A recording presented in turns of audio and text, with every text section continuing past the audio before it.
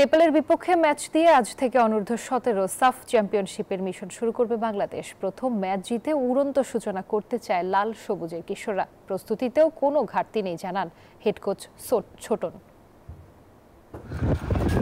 কন্ডিশনের সাথে মানিয়ে নিতে প্রায় সপ্তাহখানেক আগে লঙ্কায় পাড়ি জমিয়েছেন অনূর্ধ্ব-17 দলের কিশোররা।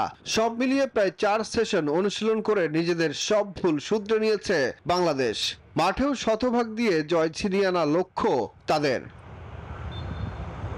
ম্যাচের আগে প্রস্তুতি নিয়ে সন্তুষ্টি প্রকাশ করেছেন হেড কোচ গোলাম রব্বানী ছোটন। আমাদের ছেলেরা 7 সপ্তাহ হার্ড ওয়ার্ক করেছে, এখন তারা মোটিভেটেড আছে খেলার জন্য, তারা পুরো প্রস্তুত। মাঠে পরিকল্পনা অনুযায়ী খেলতে পারলে জয় পাওয়া খুব বেশি কঠিন হবে না বলছেন হেড কোচ।